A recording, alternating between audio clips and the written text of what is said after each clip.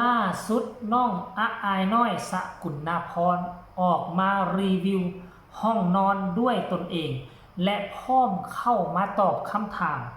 ว่าเป็นอย่างจึงบ่จัดหูปพอจ่าเอาไว้อยู่เทิงมันจึงจะดูดีขึ้นนั่นเอง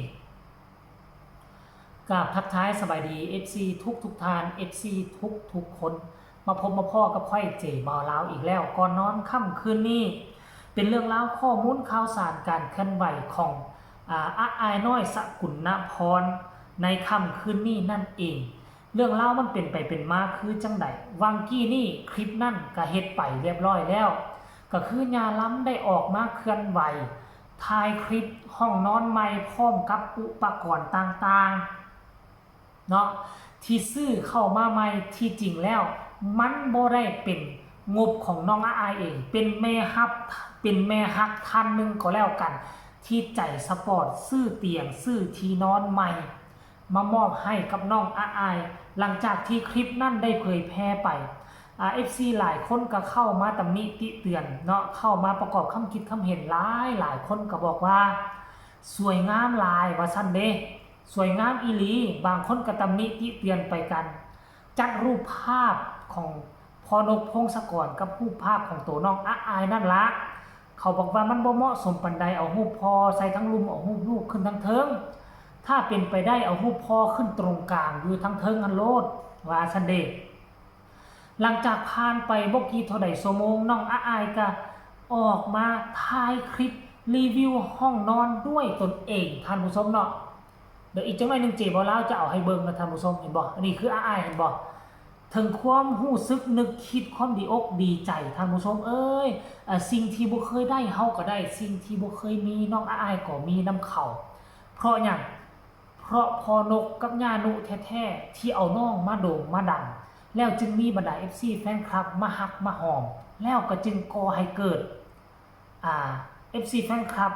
ซื้อที่อยู่ซื้อที่นอนซื้อโต๊ะเครื่องแป้งซื้อตู้ใส่เครื่องมุงของถืออุ้ยเป็นบุญวาสนาอีหลีหรอนอกจากที่น้องอายออกมาโพสต์คลิปนี้แล้วน้องก็ยังมาตอบคอมเมนต์เกี่ยวกับเรื่องเอารูปพอจ่าน้องมาตอบว่าแนวนี้เนาะเรื่องรูปแม่อย่าพึ่งดราม่านะคะยังจัดไม่เสร็จเห็นบ่ความจริงแล้วอายก็จะจัดรูปพอจ่าเอาไว้ทั้งเทิงกว่าหมู่หั่นแหละแต่ว่าตอนนี้ยังจัดห้องยังบ่ทันเสร็จยังบ่ทันแล้วเทื่อพ่อแม่ก็จะเฝ้าท่วงติงอีล่าไปเด้อแต่ว่าการที่ท่วงติงมันบ่แม่นสิ่งที่บ่ดีเด้มันเป็นสิ่งที่บ่ดีท่วงติงไปแล้วมันก็ก่อให้เกิดภาพที่ดีๆเดี๋ยวตัวใดบ่ถูกบ่ต้องก็สามารถท่วงติงแนะนำน้องอายไปได้น้องก็จะไปปรับปรุงแก้ไขให้มันดีขึ้นนั่นเองเนาะแล้วก็มีคนมาตอบว่าใครจะมาดราม่าเดี๋ยวป้าด่าให้เองลูกว่าซั่นเด้อย่าให้รูปหนูสูงกว่าพ่อนี่มีคนมาตอบปื้มดีใจด้วยนะหลานสาวคนเก่งเนาะอยากให้ทุกคนไปเบิ่งคลิปนี้สักก่อนคลิปน้องอายรีวิวห้องด้วยตนเอง1 2 3ได้เดมห้องหนูมีเตียงแล้วนะคะขอบคุณป้ายุ้ยมากๆเลยนะคะที่ซื้อเตียงแล้วก็โต๊ะเครื่องแป้งแล้วก็ตู้เสื้อผ้าให้หนูนะคะขอบคุณมากๆเลยนะคะหนูจะได้นอนแบบนุ่มๆสบายๆแล้วนะคะขอบคุณมากๆเลยค่ะอยู่หัวเตียงก็จะมีรูปแม่พีรูปตัวเองรูปย่ารูปหนูรูปพ่อจ๋านะคะก็มีพวงมาลัยของแม่ๆที่บางส่วนยังไม่ได้แกะนะคะขอบคุณมากๆเลยนะคะขอบคุณที่สนับสนุนหนูนะคะป้าขอบคุณป้ายุ้ยมากๆเลยนะคะตรงนี้ก็จะลบนิดนึงเพราะว่ายังไม่ได้จัดนะคะก็จะเตรียมเคลียร์เอาออกจากห้องนะคะขอบคุณมากๆเลยค่ะบ๊ายบาย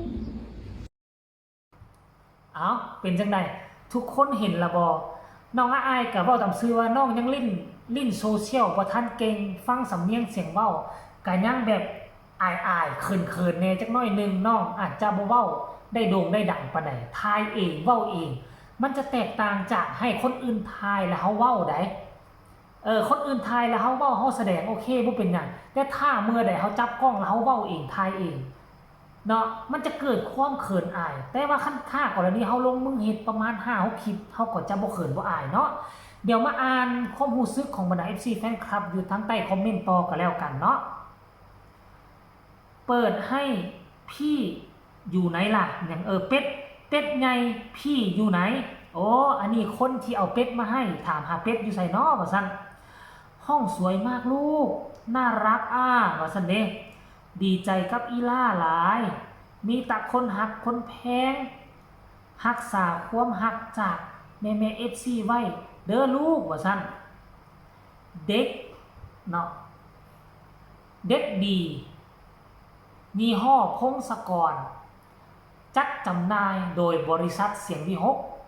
พ่อแม่เตรียมซื้อเนี่ยเตรียมซื้อได้นะคะรังสรรค์จาก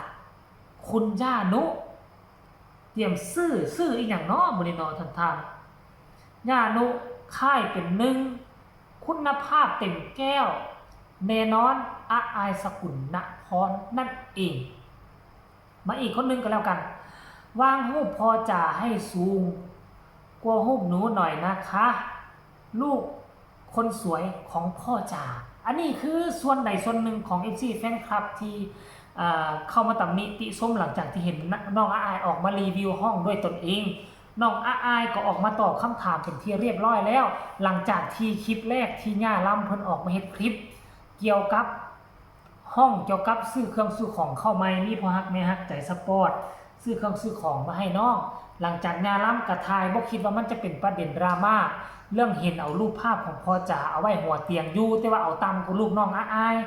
หลังจากนั้นคลิปที่2ตัวนี้น้องอาอายก็ออกมาประกาศที่ชัดเจนแล้วว่าบ่ต้องตกอกตกใจบ่ต้องดราม่าเด้อเรื่องรูป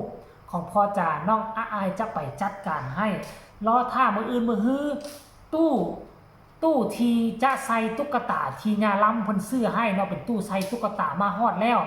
เคลียร์ตุ๊กตาออกแล้วน้องอาอายก็จะจัดเรื่องรูปภาพต่างๆจะเอารูปภาพของพ่อจ๋าแขวนไว้เทิงเพดานเอารูปของน้องอาอายใส่2ข้างแล้วก็ลดลันลงมาตามลำดับเบิ่งแล้วมันก็จะมีความสวยงามเนาะก็ต้องขอบบุญขอบคุณ FC แฟนคลับของน้องอาอายเนาะเห็นตัวใดบ่ถึกบ่ต้องอยากให้ข้าเจ้าเดินตามที่ตามคลองอยากให้ข้าเจ้าเดินตามเดินตามปองลองแม่นทางจะดีจะงามแนวใดก็ต้องอาศัยบรรดาพ่อฮักแม่ฮักบรรดา FC แฟนคลับตัวใดบ่ถูกเฮาก็ตำหนิติเตือนติเพื่อกอภาษาไทยภาษาลาวเพิ่นว่าตำหนิเพื่อกอถ้ากรณีเฮาเห็นแล้วเฮาบ่ตำหนิเฮาบ่ว่ามันก็จะกลายเป็นการสิ้นเคยและผลสุดท้ายเวลาเกิดเรื่องมันจะเกิดนักหนาสากันเฮาบ่สามารถแก้ไขได้ทันอันนี้เฮาติเพื่อให้มีการเปลี่ยนแปลงเพื่อให้มันดีขึ้นติแล้วน้องก็ไปเปลี่ยนแปลงแล้วมันก็ดูดีขึ้นแล้วมันก็จะบ่มีปัญหาในภายภาคหน้านั่นเองคลิปนี้เอามาฝากเอามาต้อนกันเพียงซ้ำนี้ก็แล้วกันฝาก FC ของน้องอาอาย FC ของเสียงวิหก FC เจ๋บ่ลาวทั้ง2ฝั่งโขงกดไลค์กดแชร์กดติดตามให้แน่เพื่อจะบ่พลาดในคลิปต่อไปที่สำคัญอย่ากดข้ามโฆษณาพบกันใหม่ในคลิปหน้าสำหรับคลิปนี้ขอกล่าวคำว่าสบายดีก็แล้วกัน